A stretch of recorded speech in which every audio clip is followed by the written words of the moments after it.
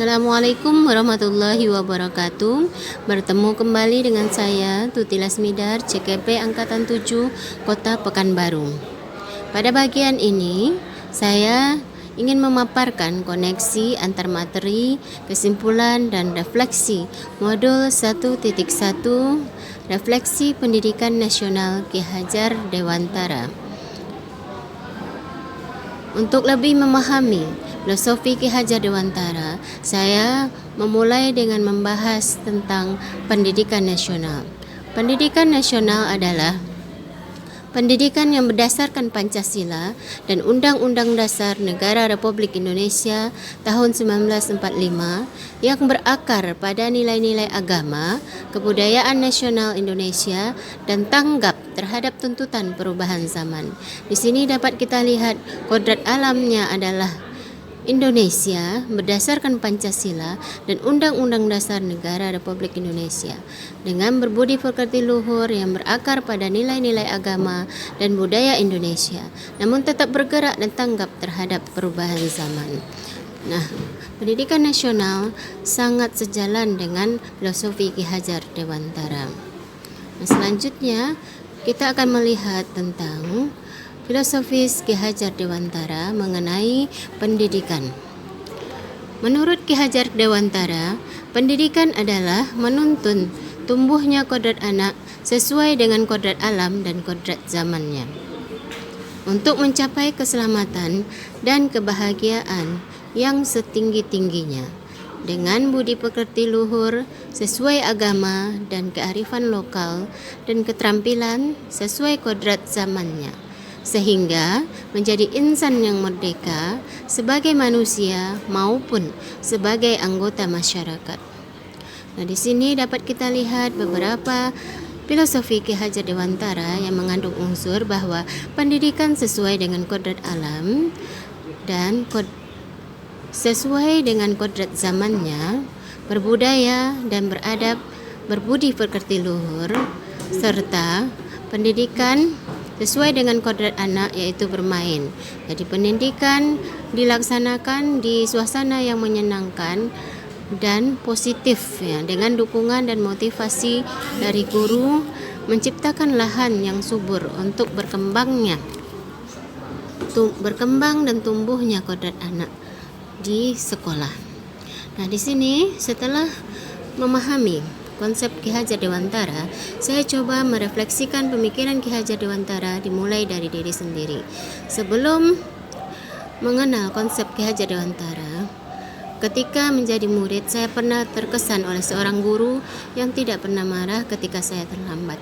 Namun dia merapikan bedak saya yang tidak rata di wajah karena saya terburu-buru memakai bedak. Kejadian ini terjadi ketika saya kelas 5 SD. Guru tersebut membuat saya semangat belajar, walaupun sebenarnya saya memang senang belajar, namun menjadi lebih semangat lagi. Kemudian ketika menjadi guru, saya tidak suka dengan anak-anak yang terlambat. Saya menjadi guru yang disiplin karena menurut saya dengan disiplin dan kerja keras kita bisa memperbaiki diri kita, masyarakat, dan negara kita.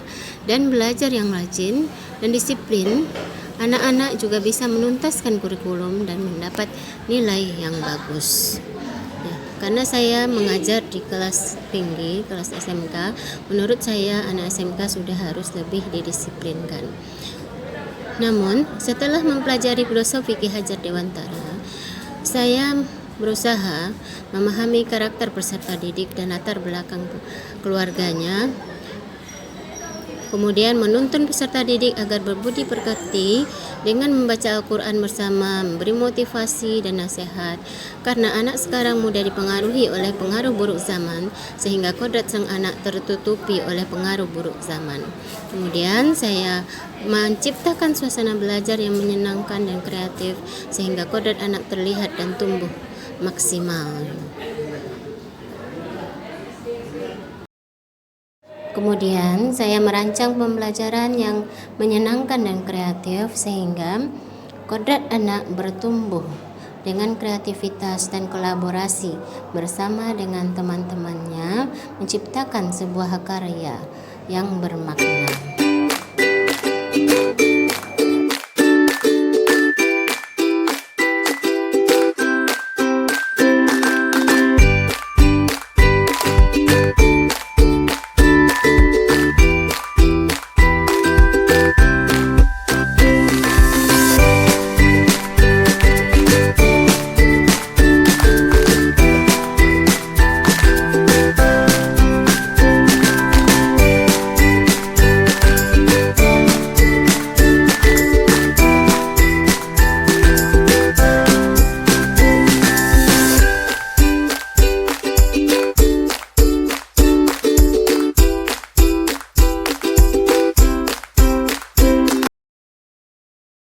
Video ini saya tutup dengan sebuah kesimpulan koneksi antar materi.